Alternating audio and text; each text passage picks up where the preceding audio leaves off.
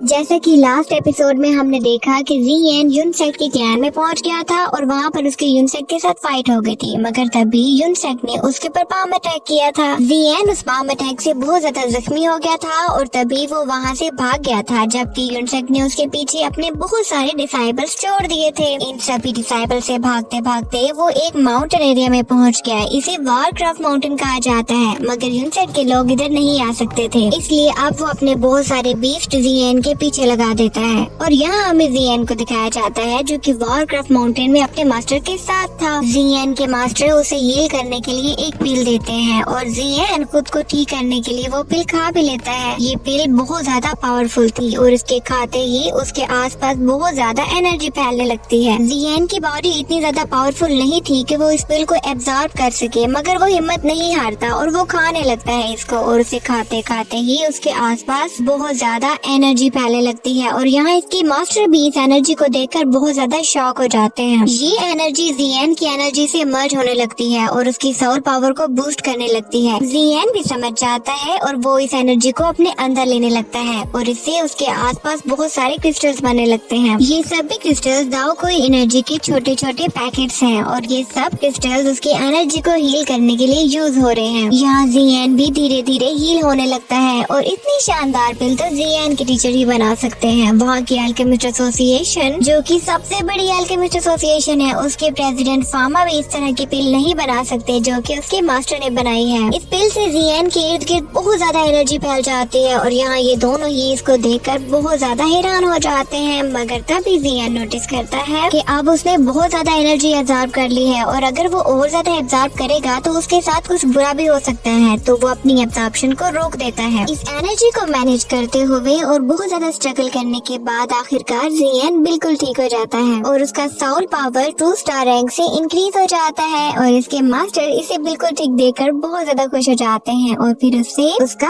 अगला प्लान पूछते हैं। मगर ज़ियन बहुत ज्यादा परेशान हो जाता है जब उसके मास्टर उससे अगला प्लान पूछते हैं, क्योंकि उससे याद आता है कि उसका अगला प्लान अपने फादर को बचाना है और उसे अभी तक अपने फादर की कोई खबर नहीं मिली। वो नहीं जानता उसके फादर कहाँ है। युनलन ने उसे बताया था कि जब उसके फादर पहाड़ी से कूदे थे तो वो गायब हो गए थे। अब ये बात मानने वाली तो नहीं थी, मगर क्योंकि उसके पास झूठ बोलने की कोई वजह नहीं थी तो इसका मतलब है कि वो सच ही बोल रहा था। ज़ियन भी इस बात को समझ जाता है कि युनलन ने बिल्कुल सच बोला था, मगर सवाल तो ये था कि उसके फादर गए तो गए कहाँ। अब ज़ियन अपना पेंडेंट निकालता है जो कि अभी भी ग्लो कर रहा था, यानी कि उसके फादर अभी भी ठीक हैं और आहिस्ता आहिस्ता रिकवर हो रहे हैं। ज़ियन समझ जाता है कि अगर उसके फादर युनलन की नजरों के सामने गायब हुए हैं, इसका मतलब कि युनलन से भी बड़ी एक एनर्जी है जिसमें कि उन्हें गायब किया है। और यहाँ टीचर ज़ियन से कहते हैं कि तुम इस बात का ज़ी जूनियर से क्यों नहीं पूछते, तो ज़ियन कहता है कि उसका इस सब से क्या ताल्लुक। तो उसके टीचर कहते हैं कि ज़ी जूनियर जैसी लड़की बिना किसी मतलब के तो तुम्हारी फैमिली में रहने नहीं आएगी, उसका तुम लोग के साथ रहने का कोई न कोई मतलब तो जरूर है। और अब जो तुम्हारे फादर गायब हुए हैं तो इसका लिंक ज़ी जूनियर के साथ जरूर है, कोई न कोई। अब ज़ियन इस बारे में भी सोचने लगता है, मगर उसे कुछ न कुछ तसल्ली थी कि पेंडेंट अभी भी ग्लो कर रहा है, मतलब कि उसके फादर ठीक है और धीरे धीरे रिकवर हो रहे हैं। दूसरी तरफ हमें व्हाइट स्नेक को दिखाया जाता है जो कि मास्टर्स और जामन से अपनी खिदमत करवा रहा था और खाना खा रहा था। वो बहुत ज्यादा खुश था, जबकि ज़ियन यहाँ अपने मास्टर को जेड दिखाता है और वो उन्हें बताता है कि ये मैं अल्केमिस्ट ट्रेडिंग बाजार से लेके आया था और ये एक स्टोरेज सेल की तरह काम करता है। वो उन्हें ये भी बताता है कि ये जेड वैली ऑफ बर्निंग का पीस है और फिर अपने मास्टर से जेड वैली के बारे में पूछने लगता है। यहाँ उसके मास्टर उसे जेड वैली का बताते हैं और यहीं पे ये एपिसोड एंड हो जाती है। इसके बाद हमें नेक्स्ट एपिसोड में दिखाया जाता है कि ज़ियन अपने मास्टर को जेड दिखाता है और तब उसके मास्टर से बताते हैं कि ये जेड वैली ऑफ फ्लेम का है। इस पर ज़ियन मास्टर से पूछता है कि ये वैली ऑफ फ्लेम क्या है,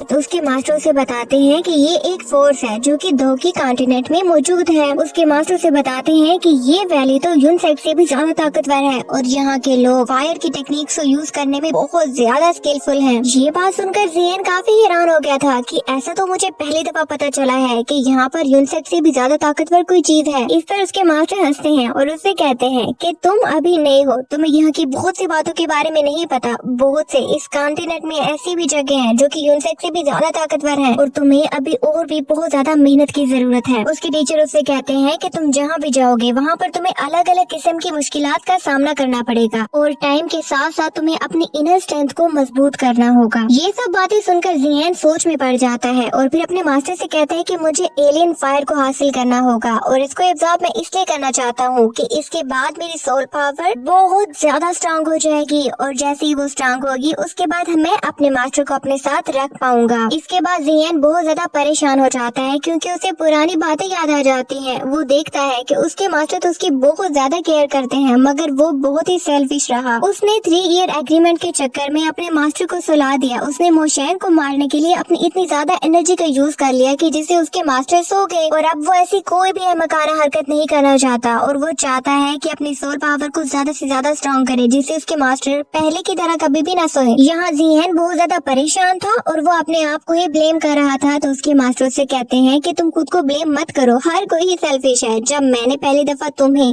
मार्शल आर्ट सिखाया था तो तब भी मेरा एक पर्पस था, मैं चाहता था कि तुम्हारी सोल पावर इंक्रीज हो और जब तुम्हारी सोल पावर बढ़ेगी तो मुझे भी वापस मेरी बॉडी मिल जाएगी। वो उसे बताते हैं कि अगर तुम्हारी सोल पावर बढ़ जाती तो मैं भी ज्यादा टाइम के लिए तुम्हारी बॉडी में रह सकता था। मैं भी बस तुम्हारा यूज कर रहा था और मैं चाहता था कि मैं तुम्हारा यूज करके खुद को काफी अरसे तक तुम्हारी बॉडी में रख सकूं। मैं भी बस तुम्हारा यूज कर रहा था और तुम्हें एक होस्ट की तरह ट्रीट कर रहा था। वो उसे बताते हैं कि तुम मेरी बॉडी मुझे वापस ऐसे दिला सकते थे क्योंकि मैंने तुम्हें एल्केमिस्ट की काफी चीजें सिखा दी थी, तुम्हें एक अच्छा एल्केमिस्ट बना दिया था और जब तुम अच्छे एल्केमिस्ट बनते उसके बाद तुम ऐसी मेडिसिन तैयार करते जिससे मेरी सोल पावर बढ़ जानी थी और मेरी बॉडी मुझे वापस मिल जानी थी। तुम्हें मार्शल आर्ट्स और एल्केमिस्ट सिखाने में मेरा भी मतलब ही था, लेकिन जब मैं तुम्हारे साथ रहा तुम्हें मैंने अच्छे से जाना, उसके बाद मेरी तुम्हारे बारे में राय बदल गई और मैं तुमसे इतना ज्यादा अटैच हो गया कि मैं तुम्हें अपने डिसाइबल की तरह मानने लगा और मैं तुम्हारी केयर करने लगा। और सच तो ये है कि आज तक मैंने जितने भी डिसाइबल्स को ट्रेनिंग दी है उनमें तुम मेरे सबसे अच्छे डिसाइबल्स हो और मैं जितना तुम्हारे साथ अटैच हुआ हूँ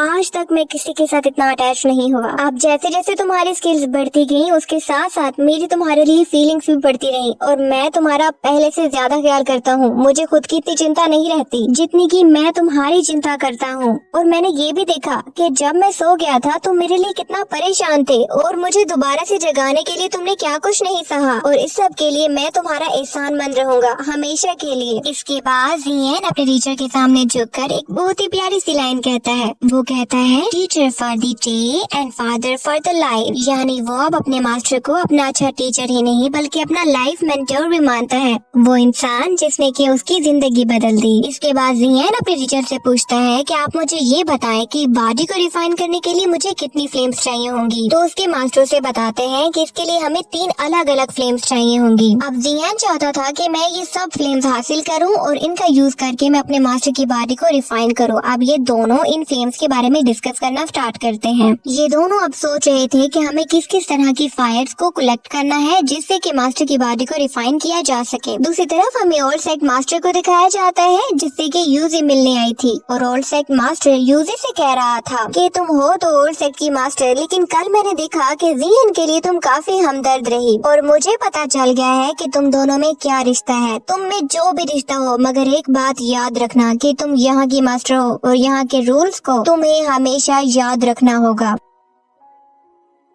इस पर यूजी कहती है कि ऐसी तो कोई भी बात नहीं है और उनसे कहती है कि एक दफा जियान ने मेरी जान बचाई थी और इसी वजह से तो मैं उसे मारते हुए डर गई थी। इसकी ये बात सुनकर यूनसेक मास्टर बहुत ही ज्यादा गुस्से में आ जाता है और उससे कहता है कि तुम्हें ये नहीं भूलना चाहिए कि जियान हमारा दुश्मन है और उसे हमें जल्द से जल्द पकड़ना होगा। और इसके बाद वो ओल्ड सेक्ट मास्टर यूजी से कहते हैं कि मैं तुम्हें हुक्म देता हूँ, जाओ और जियान को पकड़ कर लाओ। इस पर यूजी बहुत ज्यादा डर जाती है और ओल्ड सेक्ट मास्टर से कहती है कि ये एम्पायर अब जियान को ही सही मानता है और अगर अब हमने उसको नुकसान पहुंचाया तो ये एम्पायर हमारे खिलाफ ही जंग छेड़ सकता है। ये सुनकर वो ओल्ड सेक्ट मास्टर कहता है कि तुम्हें इस सबसे डरने की कोई जरूरत नहीं है। अब वक्त आ गया है कि हमें इस पूरे एम्पायर को अपनी ताकत दिखानी है। हमें जियान और जियामा एम्पायर इन दोनों को ही साफ करना होगा। हमारा यून सेक्ट ऊंचाइयों पर पहुंच जाएगा और हम लोग इस एम्पायर की सारी पॉलिटिक्स को बदल करके रख देंगे। दूसरी तरफ हमें जियन और उसके मास्टर को दिखाया जाता है, जहां पर जियन के मास्टर जेड पीस को एक्टिवेट कर रहे होते हैं। इस जेड पीस को एक्टिवेट करने की वजह से आसपास बहुत ज्यादा ऑरा बन जाता है। अब उसके मास्टर उसे बताते हैं कि ये वैली ऑफ फ्लेम्स का हिडन ट्रेजर है और इसको यूज करके हम अपनी कल्टीवेशन लेवल को बढ़ा सकते हैं। और यही नहीं, वो उसे ये भी बताते हैं कि तुम्हारे बचपन की फ्रेंड नायॉन, उसने भी ऐसे ही एक ट्रेजर का यूज किया था, जिसकी वजह से वो इतनी ज्यादा पावरफुल बन गई थी। अब ये दोनों बातें कर ही रहे थे कि तभी इन्हें ऐसा महसूस होता है कि वहाँ पर यून सेक्ट के डिसाइबल्स भी आ गए हैं उनका पीछा करते हुए। तो जियन उनसे दूर जाने के लिए भागने लगता है, वो उनसे छुपने लगता है, लेकिन तभी एक डिसाइबल जियन को देख लेता है। अब जैसे ही वो जियन को देखता है तो जियन भी उस पर वार करके उसे बेहोश कर देता है। एक्चुअली में जियन का ये ऑरा इतना ज्यादा पावरफुल था कि यून सेक्ट के डिसाइबल्स ने भी इसे महसूस किया था और वो जियन को पकड़ने के लिए आ गए थे। हालांकि जियन के मास्टर ने इस ऑरा को काफी ज्यादा कम कर दिया था, मगर फिर भी वो इसमें कामयाब नहीं रह सके और डिसाइबल्स ने इसे महसूस कर ही लिया था। ये सभी डिसाइबल्स जियन के पीछे थे, उस पर अटैक करने की कोशिश कर रहे थे, मगर जियन एक एक करके इनसे निपटता आगे आगे भागता जा रहा था। वो इसलिए क्योंकि एक साथ अगर इन सब ने जियन का घेराव कर लिया तो ये जियन के लिए अच्छा नहीं होगा और वो सबसे एक साथ कैसे लड़ेगा। जियन की सोल अभी टोटली रिकवर नहीं हुई थी, इसलिए उसे अकेला ही अपने मास्टर की हेल्प के बगैर लड़ना था। उसके मास्टर भी ये सब कुछ देख रहे थे।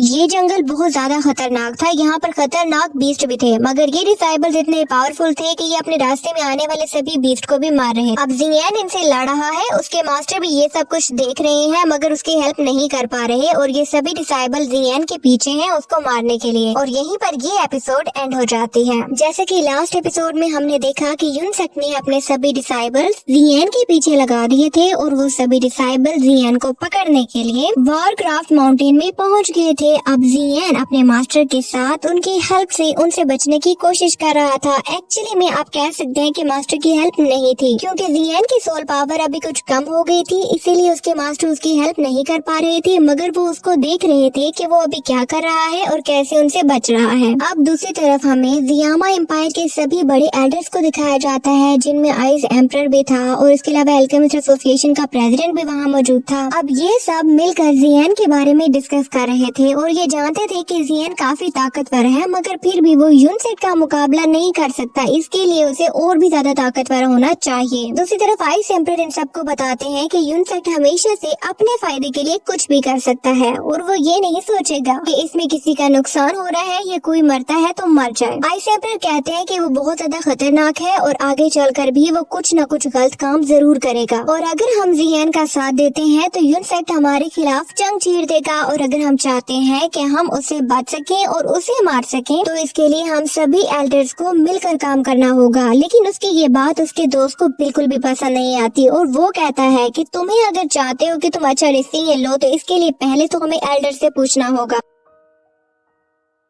क्या वो भी ये सब के लिए राजी है या नहीं है, क्योंकि ऐसा भी तो हो सकता है कि ये सभी एल्डर्स यून सेक्ट से डर जाएं और फिर उससे बगावत करने के लिए ये सब राजी ही ना हो। इस बार आइस एम्परर को गुस्सा आ जाता है और वो कहते हैं कि अगर हम आज कुछ नहीं करेंगे तो हम कब करेंगे, और तुम लोग उससे डरते रहो, मगर मैं उससे नहीं डरता। और फिर वो वहाँ से चला जाता है गुस्सा होकर। उनके जाने के बाद ये सभी एल्डर्स बैठे थे और इनमें भी दो ग्रुप्स बन जाते हैं। एक ग्रुप तो वो था जो कि जियन का साथ देना चाहता था और यून सेक्ट से नहीं डरता था, जिसमें आइस एम्परर भी थे, जबकि दूसरा ग्रुप वो था जो कि यून सेक्ट के खिलाफ कुछ भी नहीं करना चाहते थे, वो उससे डर रहे थे। अब दूसरी तरफ हमें जियन को दिखाया जाता है जो कि यून सेक्ट के डिसाइबल से बच रहा था, और इसके साथ साथ यून सेक्ट के 3 एल्डर्स भी थे जो कि काफी ज्यादा पावरफुल थे और उनकी पावर इतनी ज्यादा थी कि वो जियन के ऑरा को भी महसूस कर पा रहे थे, और इसी वजह से उन्हें ये भी मालूम था कि जियन कहाँ जा रहा है, वो उसकी लोकेशन को भी ट्रेस कर सकते थे। अब जियन इनसे भाग रहा था और उसे कुछ न कुछ सोचना था, क्योंकि उसकी सोल पावर भी अभी इतनी ज्यादा नहीं थी कि वो इनसे लड़ सके, और उन्हें इनसे भागने के लिए कुछ अलग करना था। इस वक्त जियन का मेन पर्पस ये था कि वो इन तीनों एल्डर से बच सके, क्योंकि वो तो उसका ऑरा भी महसूस कर पा रहे थे। और तभी जियन इस एम्पायर से बाहर निकलने की कोशिश करता है, लेकिन तभी ये एम्पायर जियन का पीछा करते करते उसके पास पहुँच जाते हैं। और यही नहीं, बाकी डिसाइबल्स जो भी जियन के पीछे लगे हुए थे वो भी वहाँ पहुँच जाते हैं और आकर जियन पर अटैक कर देते हैं। हैं। अब जियन भी उन पर काउंटर अटैक करता है, हिम्मत नहीं हारता और उनसे लड़ना स्टार्ट कर देता है। अब जियन जब इन सब से फाइट कर रहा था तो उनमें से एक डिसेबल को जियन मारने ही वाला था, लेकिन तभी वो उसे छोड़ देता है। उसे उस पर तरस आ जाता है, लेकिन ये डिसेबल इतना अच्छा नहीं था।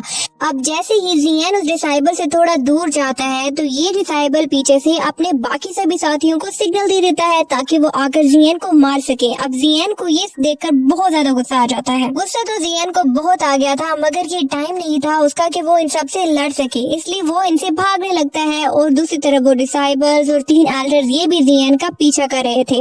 अब जियन भागता रहता है और तभी उसे ऐसा लगता है कि वो सभी डिसेबल्स एक जगह पे रुक गए हैं। पहले तो जियन को समझ नहीं आता कि ये सभी एक जगह रुक क्यों गए हैं, मगर तभी उसे समझ आता है कि वो तीनों एल्डर्स जो कि यूनिसेक के एल्डर्स हैं बहुत ज्यादा पावरफुल हैं, वो अपने मैजिक से जियन के आगे निकल जाते हैं। अब ये तीनों डिसेबल्स जियन के आगे आ जाते हैं और उसका रास्ता रोक लेते हैं और जियन आगे बढ़ पा नहीं रहा होता। लेकिन ये तीनों डिसेबल्स जियन को चारों तरफ से घेरने के बावजूद ये डिसेबल जियन पर अटैक नहीं कर रहे होते। अब ये उसे मारते नहीं है और जियन वहाँ पर स्टे करता है। वो काफी रात वहाँ पर बैठा रहता है और तभी वहाँ पर वो ये नोटिस करता है कि और भी बहुत सारे एल्डर्स और डिसेबल वहाँ पर आ गए हैं और वो ही नहीं उनके साथ यूजी भी आई है। ये देखकर जियन भी समझ आता है कि ये सभी डिसेबल्स और ये एम्परर एक्चुअली में यूजी का वेट कर रहे थे कि जब वो आएगी तब ये सब मुझे मारेंगे। अब जैसे यूजी वहाँ आती है तो ये सब गुस्से में उसे कहते हैं कि जियन ने हमारे सेट मास्टर को मारा है, अब हम उनका बदला जरूर लेंगे, हम इसे भी मार देंगे। मगर यूजी ऐसा कुछ भी नहीं चाहती थी क्योंकि वो जियन को काफी पसंद करती थी, उसे प्यार करती थी। अब यूजी काफी ज्यादा परेशान थी कि वो करे तो क्या करे, ये भी तो उसकी ड्यूटी है और वो उसका प्यार है, अब वो क्या करे। लेकिन उसकी मजबूरी थी और वो सभी डिसेबल्स और एम्परर को जियन को मारने का ऑर्डर दे देती है। ये सभी डिसेबल्स अब जियन को मारने के लिए उसके पीछे लग जाते हैं। वहाँ जियन भी इनसे बचने की पूरी